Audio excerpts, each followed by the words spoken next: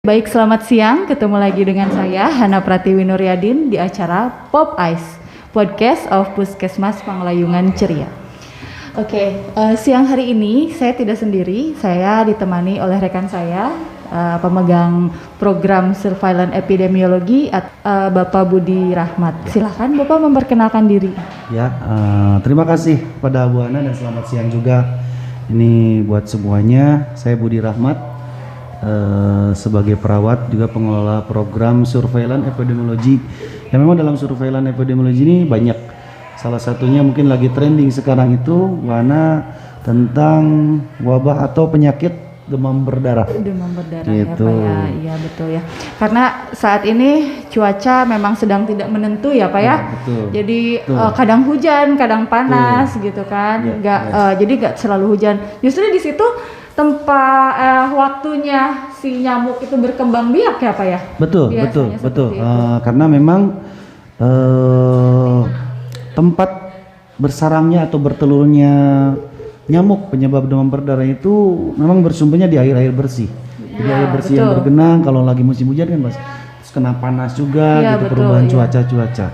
Ya, memang salah satu paling dominan yang menyebabkan tingginya demam berdarah saat ini itu perkembangannya sarang-sarang nyamuk yang sangat mudah lah di setiap daerah.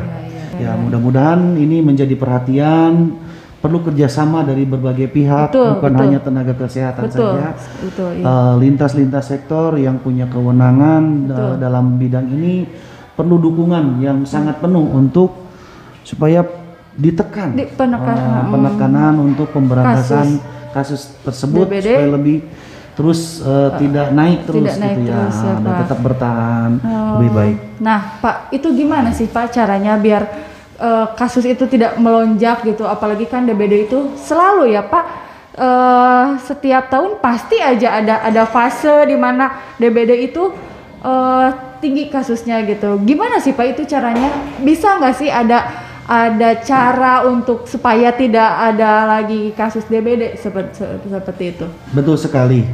Untuk sampai saat ini memang belum ditemukan inovasi-inovasi yang lebih baik tentang bagaimana pencegahan demam berdarah. Masih sama seperti dulu yang memang salah satunya itu yang paling efektif sampai sekarang ini itu PSN atau pemberantasan sarang nyamuk. Pemberantasan sarang nyamuk itu kan banyak jenisnya, banyak macamnya, banyak caranya. Ya. Kalau dulu ada Jumsi ya betul, Jumat bersih ya Pak ya. Terus ada gotong royong. Tetapi itu jangan sampai lupa. Ya. Masyarakat terfokus Jumsi di luar ruangan, tetapi di dalam ruangan sendiri atau di dalam rumah kurang begitu diperhatikan. Betul. Nah biasanya kalau di dalam rumah itu tempat bersarangnya nyamuk itu suka di mana sih Pak itu? Paling identik sering ditemukan berkembangnya jentik nyamuk itu satu di pembuangan dispenser. Pembuangan dispenser. Ya? Kedua di pembuangan kulkas.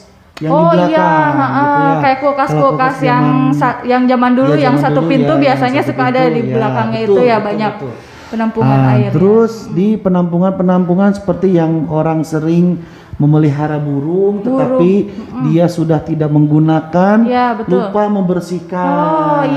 Atau yang paling sering itu sekarang kan banyak minuman yang sifatnya sekali pakai kayak teh yang saya sebutnya minuman kayak anak kecil, ataupun misalkan di botol mineral yang gelas gelas minum mineral yang dia misalkan tidak terbuang. Terus tergenang air bersih gitu kan. Nah itu yang berarti kita kembalikan lagi kepada dirinya masing-masing ya Pak ya. Betul.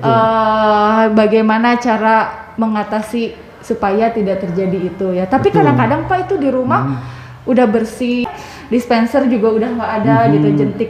Tapi kadang-kadang suka ada juga tuh yang kena DBD itu gimana sih Pak? Kok bisa begitu? tidak harus juga dia di tempat dia, memang kita harus di sinilah butuhnya apa kerjasama. Mungkin misalkan orang tuanya di tempat kerja, anaknya di sekolah juga. Betul, iya. Artinya itu yang kayak tempat penampungan air. Nah, betul. Apalagi kemarin kan udah beberapa saat ini anak-anak sekolah ini udah pandeminya udah terlalu lama, mungkin kurang diperhatikan. Iya, kebersihan sekolah kan, biasanya ya, suka gitu kan, ya. terbengkalai atau di tempat-tempat kerja orang tuanya, jadi dia bawa ke rumahnya meskipun di lingkungan rumahnya sendiri udah bersih, tetapi tidak menutup kemungkinan dia di tempat kerja orang tuanya ataupun di tempat sekolah anaknya gitu kan, yang memang terdapat sarang-sarang nyamuk yang menyebabkan bersangkutan mudah terkena demam. Jadi di sini bukan hanya dari pihak kesehatan saja yang harus menangani masalah ini, tapi kita juga butuh dari lintas sektor juga ya Pak ya. Contohnya seperti di sekolah ya, kita bisa dengan ibu guru atau bapak guru atau bapak ibu kepala sekolah untuk bekerja sama saling gitu ya Pak ya. Jadi bukan hanya kita yang bergerak di ini, tapi mereka juga harus ikut serta dalam upaya perlu diketahui juga Bu Hana ya, salah satu upaya untuk menekan dan pencegahan demam berdarah ini, kita di Puskesmas sudah menyediakan pemeriksaan seperti NS1. Sudah ada ya Pak ya. IgM-nya juga, jadi apabila ada yang terindikasi hasil screening bisa dilakukan di pemeriksaan. Terus mungkin kita juga bisa bantu untuk di masyarakat larva sida atau penaburan bubuk ABT seperti itu ya Pak ya, kalau dulu ya. Dari Puskesmas ada kita ya, Pak, ya? bisa fasilitasi untuk di masyarakat. Alhamdulillah. Terus untuk NS1 dan pemeriksaan khusus yang hubungannya teridentifikasi mengarah ke demam berdarah kita sediakan, dan itu alhamdulillah sampai saat ini pemerintah menyediakan dengan gratis. Jadi kedah hariwangnya kepada masyarakat, karena insya Allah di Puskesmas untuk pemeriksaannya juga ada, dan untuk pencegahan di kami juga tersedia ABT.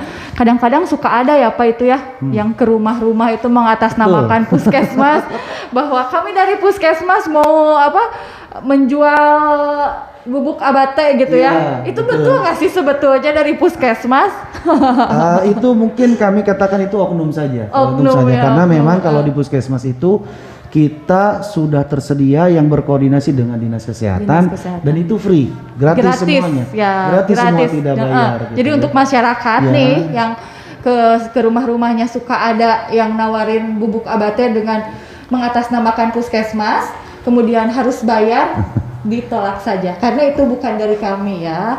Nah, ini dari tadi kita bincang-bincang tentang pencegahan, terus tentang PSN ya. Kalau demam berdarah ini ciri-cirinya gimana sih? Kan masyarakat belum pada tahu, mungkin ya ada sebagian yang belum tahu. Ya betul, sekarang. Kalau untuk demam berdarah biasanya disertai demam tinggi gitu kan ya. Ada juga disertai, sekarang ada yang dengan diare, ada batuknya juga. Terus biasanya kalau dulu ada ruam-ruam atau merah-merah di bintik. Merah-merah ya. Tapi juga itu tidak semua ditimbulkan dengan harus dengan bintik-bintik merah di bagian tubuh. Kalau misalkan si anaknya berat badannya agak berlebih, dia nggak nampak gitu ya. Dia nggak nampak. Jadi yang paling identik itu demam tinggi, demam tinggi. Disertai juga ada diarenya. Ada yang paling khas itu selain demam tinggi, sakit di ulu hati. Sakit di ulu hati itu yang spesifik ya, yang paling spesifik atau bagian perut ya. Bagian perut. Kadang kalau anak itu susah mengekspresikan atau mengungkapkan. Kalau misalkan mungkin kalau bagi orang dewasa sakit badan, linu-linu, beda-beda ya. Tapi kalau anak hanya mengungkapkan ini sakit, pusing aja gitu. Padahal pusing itu kan ada beberapa ya. Kepalanya itulah hanya kita sebagai orang tua, karena untuk saat ini penderita demam berdarah itu didominasi rata-rata anak-anak. Anak-anak karena apa, rentan ya Pak ya. Betul, sangat rentan anak-anak. Mungkin mudah-mudahan dengan secepatnya berakhir nih masa pandemi, ya mudah-mudahan berakhir pula ya masalah. Gitu. Nah ini Pak, kadang-kadang suka ada ya Pak ya, kalau misalkan udah yang terkena demam berdarah tuh suka pengen yang namanya fogging gitu Pak. Kalau fogging itu sebetulnya gimana sih Pak, itu emang bagus ya Pak ya untuk ini ya, biar nyamuk-nyamuknya pada mati gitu kalau misalkan di fogging gitu kan? Ya betul. Kalau fogging itu sebenarnya nilai efektivitasnya kecil dibandingkan dengan PSN ataupun larvasida. Karena kalau fogging itu hanya sekedar membunuh nyamuk dewasa, dan itu pun kalau nyamuknya tidak resisten terhadap obat yang ada dalam fogging itu. Tapi kalau memang nyamuknya sudah resisten terhadap obat yang dipakai dalam pelaksanaan fogging itu, dia nggak akan mati, hanya pingsan hidup lagi. Jadi ngeprank itu si nyamuknya itu. Jadi yang paling efektif itu sampai sekarang itu pemberantasan sarang nyamuk atau PSN tersebut, penggunaan larvasida. Gitu. Itu yang lebih efektif. Yang lebih efektifnya tetap gitu. Kembali ke menjaga diri sendiri. PHBS-nya itu yang paling diutamakan. PHBS-nya itu betul sekali ya. Ini suka ada nih yang banyak nanyain ya warga-warga. Katanya kalau di kolam itu suka banyak jentik gitu. Gimana sih Pak itu? Kalau misalkan di kolamnya ada ikan, nah itu tidak jadi masalah. Dia si jentiknya akan dimakan sebagian oleh ikan tersebut. Terus kalaupun misalnya lihat kolamnya kalau jernih, biasa sangat identik dengan nyamuk penyebab demam berdarah. Oke Pak Budi, ini sebetulnya ya sangat singkat sekali ya, hanya beberapa menit, tapi menurut saya sangat gampang sekali untuk dicerna di masyarakat ya Pak ya, karena kalau di masyarakat tuh kita jangan terlalu baku gitu ya Pak bahasanya ya Pak dan bisa untuk dicerna. Mungkin ada tambahan lain kah? Pesan-pesan untuk masyarakat gitu? Yuk kita bersama-sama, tidak hanya salah satu pihak saja yang bisa memberantas untuk mengendalikan demam berdarah ini, tapi seluruh pihak, seluruh elemen masyarakat bekerja sama untuk bahu-membahu pengendalian penyakit demam berdarah. Oke, amin ya Pak ya. Mudah-mudahan kita semua diberikan kesehatan. Amin. Semoga pandemi juga cepat berakhir, karena kemarin juga kita dengar-dengar lagi ada lagi kasus ya Pak ya. Makanya kita tetap menggunakan masker walaupun hanya berdua di sini, tapi kita tetap karena kurang dari 1 meter ya Pak ya. Oke. Terima kasih Bapak atas waktunya sudah berkunjung di podcast kami, podcast Puskesmas Panglayungan yang bernama Pop Ice. Semoga apa yang Bapak sampaikan bisa bermanfaat untuk semua masyarakat. Amin. Khususnya masyarakat Panglayungan dan umumnya masyarakat Kota Tasikmalaya yang nanti melihat podcast ini. Terima kasih. Terima kasih Bapak atas waktunya. Ditunggu nanti kedatangannya lagi di acara podcast kami. Siap, tetap semangat dan sehat selalu. Oke. Kasih semuanya. Terima kasih.